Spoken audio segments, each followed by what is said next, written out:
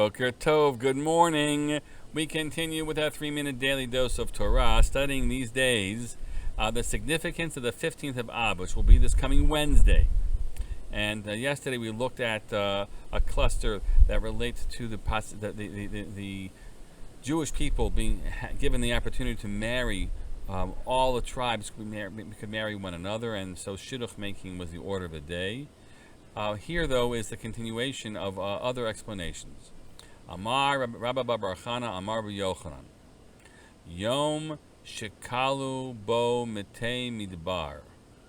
It was the day, the 15th of Av, when those who died in the desert ceased to die. Amar Ad Shlo Kalu Mitei Midbar Lo Hayad Dibur Moshe Shneimar Hi Kasher Tamu Kol Anshe HaMilchama Lamud, etc. By Deber Hashem Eli Hu Adibur. That it was on this day when that ceased, then Moshe once more received prophecies. What's interesting, the question is which factor was the dominant factor? The fact that Moshe received prophecy once more, or was it merely the fact that the decree of the death of the generation ended? Here's the context in which we should understand. It's actually a Rashi quoting a Brisa of some sort, that every year, remember, the decree against the Israelites, it said they're going to wander in the desert and die off there, and only the next generation would enter Israel because of the sin of the spies.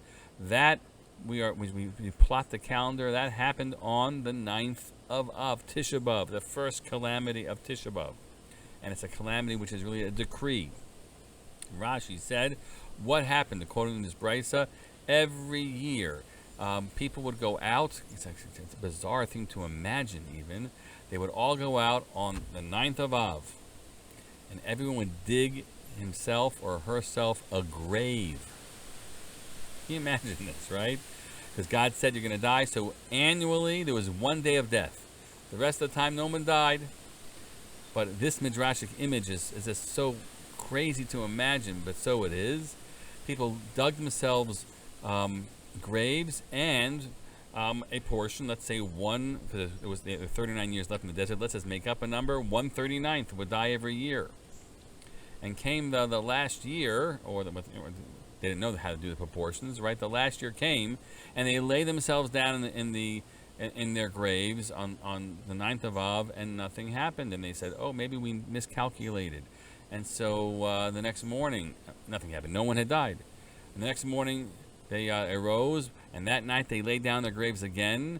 And each time they did that until they realized when the moon was full, which is on the 15th of the month in the Jewish calendar all the time, because Rosh Chodesh is the new moon, and so the 15th is a dead-on point where the moon is full. It was clear. They knew that the 9th of Av definitely had happened, and they hadn't miscalculated in any way, and no one had died, and they realized that, okay, there's a new beginning. And that is the power of this interpretation, what Tu B'Av says about the new beginning that they were given, that the old decree has ceased, and the future of the Jewish people has begun. We'll continue with this theme, God willing, tomorrow. Have a great day.